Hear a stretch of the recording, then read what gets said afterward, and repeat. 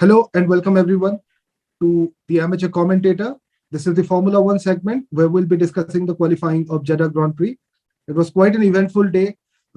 Yesterday after the practice, there were concerns raised whether the race would go on or not because of the attack on the Aramco facility in Jeddah.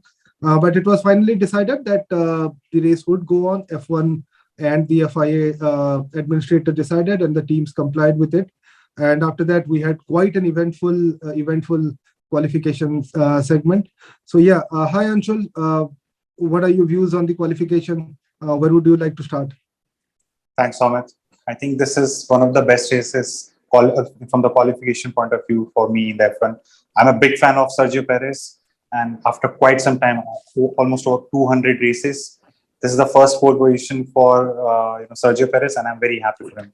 It was difficult initially. He was not in the contention for the top three going into Q3, but seeing him finish at the pole position was quite an event. And the extended delay of over an hour was completely worth it for me.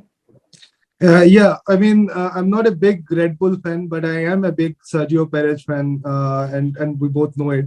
So it was great to see him on pole.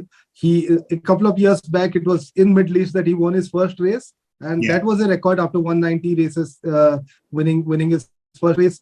And this time around, also he sets a record of his first pole after 215 races. So he beats Mark Webber, who did it after 130 races. So that's quite an achievement for Checo. Sorry. I think he did well. Throughout the free practice sessions, it looked like Verstappen had the better car, and Verstappen was clocking better time. In fact, he was the one who was matching the Ferraris. But come the time, Checo showed his class, and it was an absolutely brilliant last lap where he got that pole position. It was almost a flawless qualifying from Charles Leclerc, and it looked like he was going to be on the pole, but brilliant at the last moment. Checo just snatched it from the Ferraris.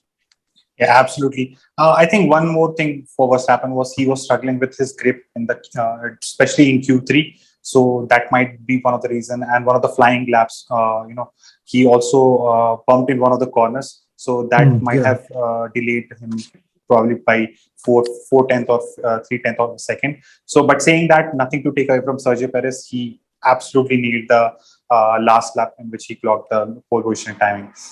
Coming back to Ferraris, I think it is a dream car which we are seeing this year. Both of the drivers, they are getting the maximum out of Ferrari, and they are looking absolutely a beast, especially in the corners where the downforce is the best out of all the cars which are there on the grid. Yes, Red Bulls are comparatively stronger on the straights and on the straight line speeds, but Ferrari looks a completely car, especially when you have two drivers very close in Sainz and Leclerc. I think it is going to be a very exciting season for Ferrari and both the Ferrari drivers. Yeah, I'm actually extremely happy to see Ferrari do well. They didn't have a good 2020. It was a fairly okayish 2021, but this time around they look like the team to beat. In Charles Leclerc, they have a very consistent driver. He is one of the coolest head out there, I think. For his age. Carlos Sainz also doing pretty well for himself, although there were statements that he was not feeling comfortable with the car at this point of time, and we kind of understand that considering this is a new car and a lot of people are actually struggling. But despite that, he did well in Bahrain, and now even here in Q2 he was top of the place in top of the charts, and he looked quite good in Q3 as well. So Ferrari at 2 and 3, it could be a good race. Depends on who gets away in the first turn, and if Leclerc can overtake Max it is Checo in the first turn. I think that there's something to go for Ferrari. It could be a Ferrari 1-2. That's what I am hoping. I know that you would be hoping differently. So yeah, it's a good race again. Yeah. I think it would be a much more interesting season as comparison to last year, especially from the championship point of view, because potentially what we are seeing is Red Bull and Ferrari are very close to each other in terms of the car performance. So somehow I feel we have 4 drivers for fighting for the top position, and that would be much more exciting as compared to the last season.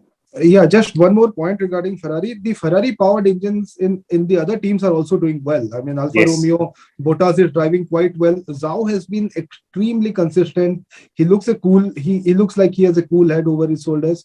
So that's a good point for them. Haas, we'll talk about the incident, but I think uh, Kevin Magnussen looks brilliant on his comeback. He is very comfortable. Twice now he is in Q3. Good starting position on the grid for him again. So yeah, the Ferrari powered engines are kind of the toast of the season. absolutely. Let's talk about Alpine. Yes, Fernando Alonso did not have a very good last race in Bahrain Grand Prix, but they looked a very good car. Both of the Alpine are there in the top 10 in the grid position, and I think apart from Red Bull and Red Bull and Ferrari, Alpine is one of the team which is looking, for both of the drivers. They are a very strong contender for probably the third or the fourth spot even. Yeah, I think Ocon finishing fifth and Alonso at seventh. For a moment, it looked like Alonso was having a better qualification than Ocon.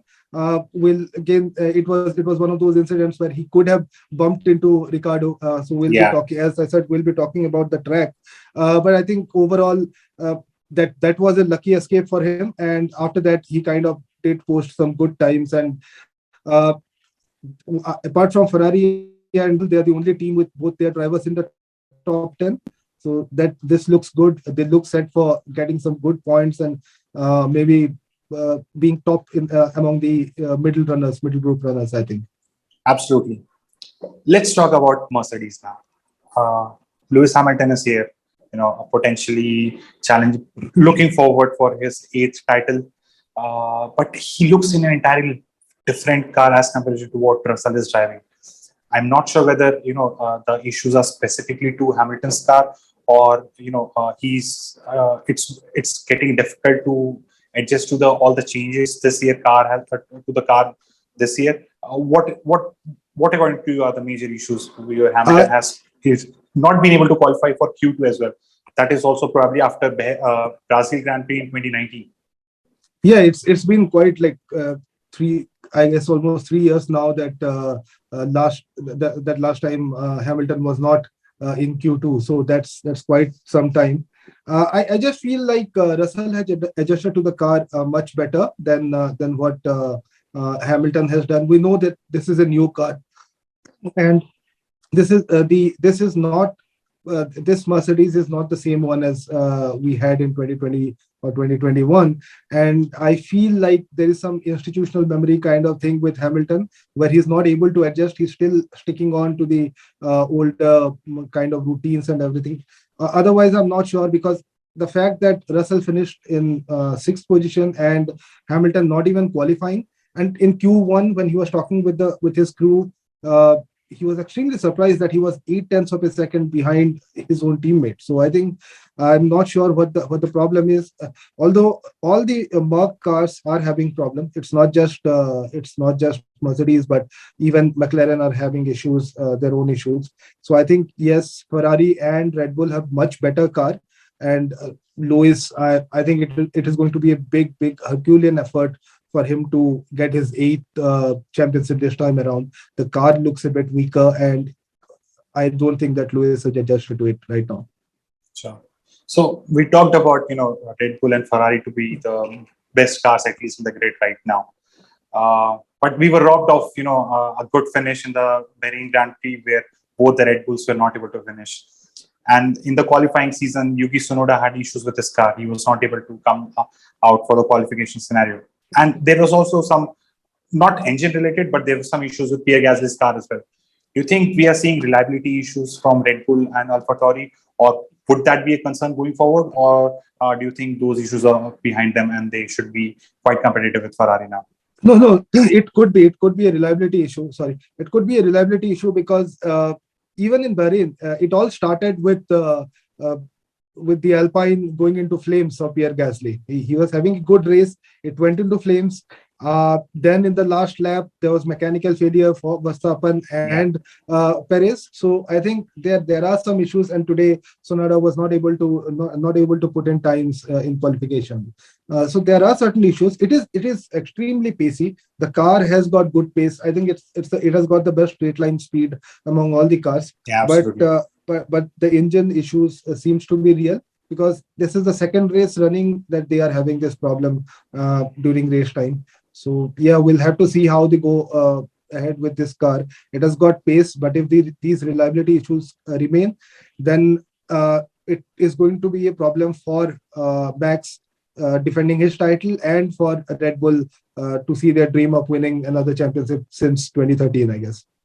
I think even if Red Bull are able to finish all the races, Max has got quite a few races to win if he's able to challenge Leclerc or Sainz for the championship of the driver for 2022 season.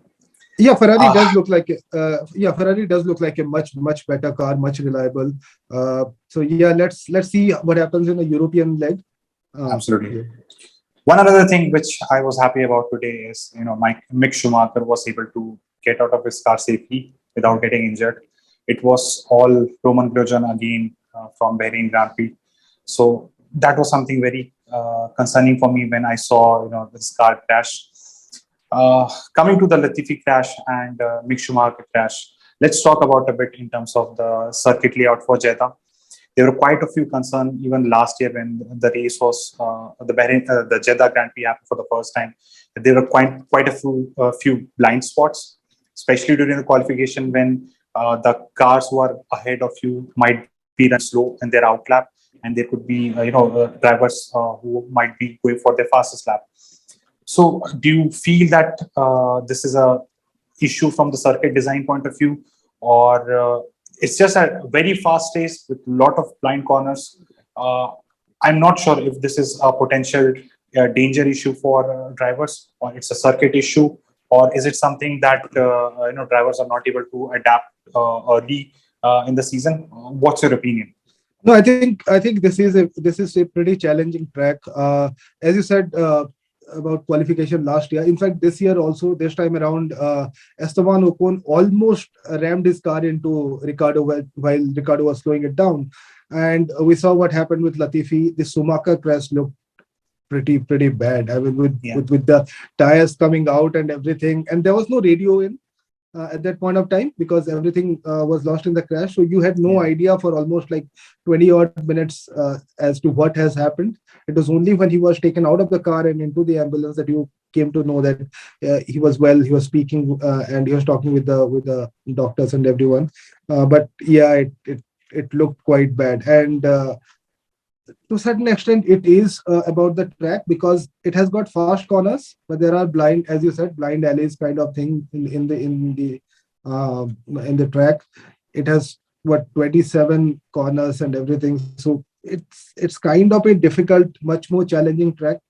I think the drivers would love it. It's kind of it's a new circuit. It was only last year that it came into the calendar, so it may take some time for the drivers. But at the same time, I think that there needs to be something where they may need to widen some of the corners a bit. Yeah, Yeah, that's an issue with Jeddah circuit. One side you have lagoon, one side you have the ocean.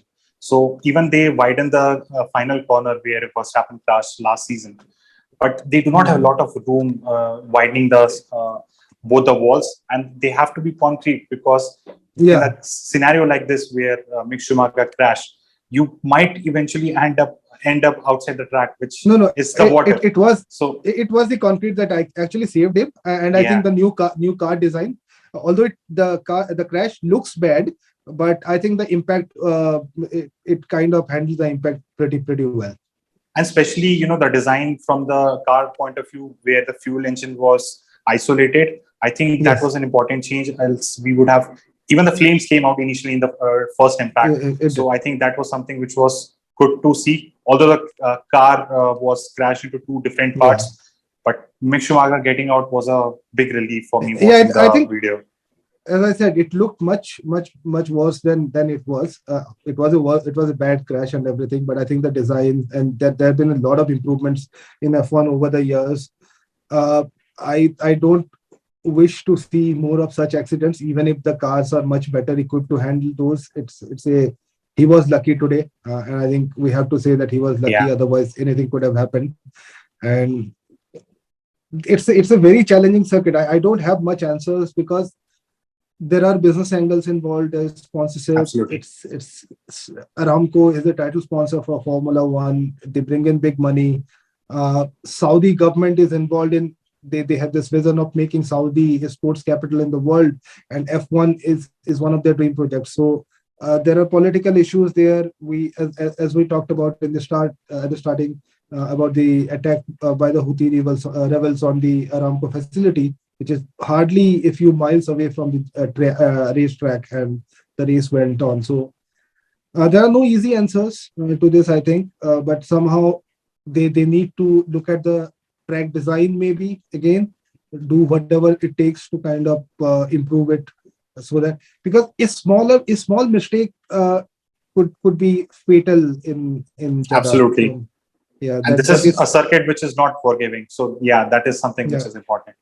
So let's come to the F1 racing coming out of the politics. What are your expectations and for the tomorrow final piece in Jeddah? What are you expecting in the top three? I do see both the Ferraris in there. I must say that I'm extremely impressed with how Charles Leclerc is performing. His final lap, even though Perez beat him to pole, it was pretty smooth. He looked in control, and I think he's going to have a good day tomorrow. I think it will be, if not Ferrari 1-2, two of them will be on the podium. The third one, I hope it's Checo. I like that. I like Sergio Perez a lot. I think I wish him the best. Yeah. Sure.